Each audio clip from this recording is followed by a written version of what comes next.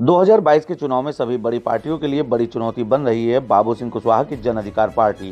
प्रदेश की सभी 403 विधानसभाओं में सक्रिय हो चुका है बाबू सिंह कुशवाहा का संगठन। मौर्य कुशवाहा शाक्य सैनी के साथ साथ सभी पिछड़े, दलित, अल्पसंख्यक और गरीब सवर्णों को साथ लेकर 300 सीटों पर चुनाव लड़ने का बना चुके हैं मन।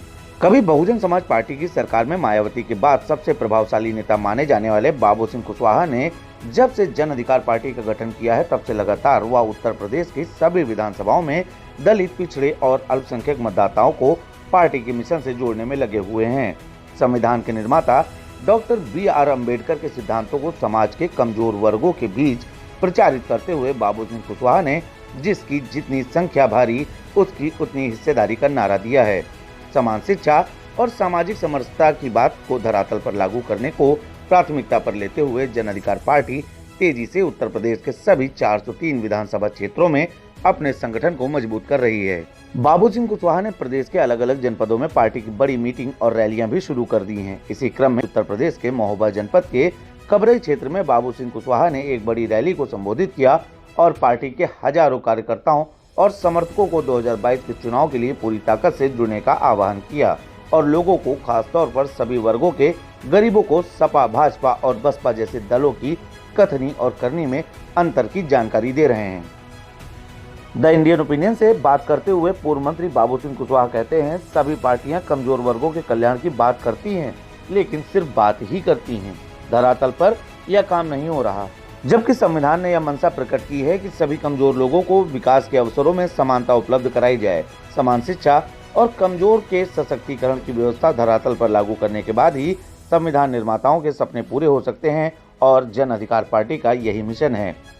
जन अधिकार पार्टी के लाखों कार्यकर्ता प्रदेश की 403 विधानसभाओं में सक्रिय हैं। उनका दावा है कि सभी विधानसभा क्षेत्रों में उनका संगठन बन चुका है और कम से कम 300 सीटों पर स्वयं उनकी पार्टी अकेले अपने दम पर चुनाव लड़ने के लिए तैयार है। दलित, पिछड़े, मौर्य, कुशवाहा, सैनी, शाक्य समाज के साथ साथ मुस्लिम समाज और सामान्य वर्गों के गरीब तबकों में भी उनकी पार्टी अपनी पकड़ बना रही है। बाबू सिंह कुशवाहा का मानना है कि सपा, भाजपा और बसपा जैसे दलों ने पिछड़ों, गरीबों, दलितों के कल्याण की बात की लेकिन काम नहीं किया। इसलिए इस बार उनकी पार्टी इन दलों को जनता के बीच बेनकाब कर रही है और बड़ी संख्या में इन दलों से जुड़े कार्यकर्ता और समर्थक जन अधिकार पार्टी से जुड़ रहे हैं। जाहिर सी बात है कि प्रदेश की सैकड़ों सीटों पर जन अधिकार party, Samajwadi party, Bharatiya Janata party और बहुजन समाज पार्टी जैसे दलों को नुकसान पहुंचाएगी और सत्ता के समीकरण को बदल कर रख देगी। Bureau report, the Indian opinion TV. जो हमारी चाहत है कि जिसकी जितनी संख्या भारी उसकी उतनी हिस्सेदारी सभी जगहों पर, चाहे वो गवर्नमेंट की नौकरियां हो या प्राइवेट सेक्टर का हो या जो भी काम है इस देश में, विकास का खर्च होता है तो जहाँ सबके ऊपर खर्च होना चाहिए। हर क्षेत्र में सबको बराबरी का दर्जा होना चाहिए। और ये मैं नहीं कह रहा हूँ, यही सोच के, यही कह करके सारी पार्टियां सत्ता में आती हैं। मैं तो इतना कहता हूँ कि इसको अमल में लाना है। अगर इसमें सहमत होते हैं तो हमें बहुत अच्छा लगेगा, उन लोगों का वेलकम करेंगे, हम बिल्कुल उनके साथ रहेंगे। आपने कहा कि आपको सरकार बनाने की जल्दी नहीं है, लेकिन कुछ दल हैं जिनको बहुत जल्दी है, जो पहले ही घोषित कर रहे हैं कि आपस में चर्चाएं भी कर रहे हैं कि किसको कौन सा मंत्रालय देंगे और इस तरह की बातें भी आ रही हैं। कितनी सीटें मिलेगी वो गारंटी से बता रहे हैं कि इतनी सीटें तो ले ही आएंगे।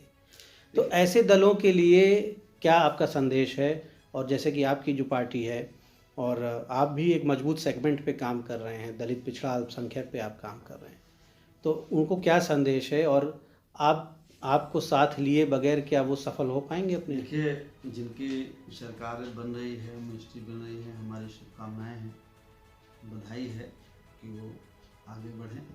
लेकिन हम इतना जानते हैं कि अगर हमको किसी को वोट देना है और हमको किसी को साथ जाना है तो हमें हिस्सा चाहिए। और वो हिस्सा, बहुत सारे लोग भ्रमित हैं कि हम मिनिस्ट्री में मिनिस्टर बन जाए या और कुछ चला जाए, ये हिस्सा नहीं। हमें हिस्सा वो चाहिए कि अगर आप 100 नौकरियाँ निकालेंगे तो आप सबको उसमें हिस्सा देंगे कि नहीं देंगे, कि खाली अपनी भर्ती करेंगे।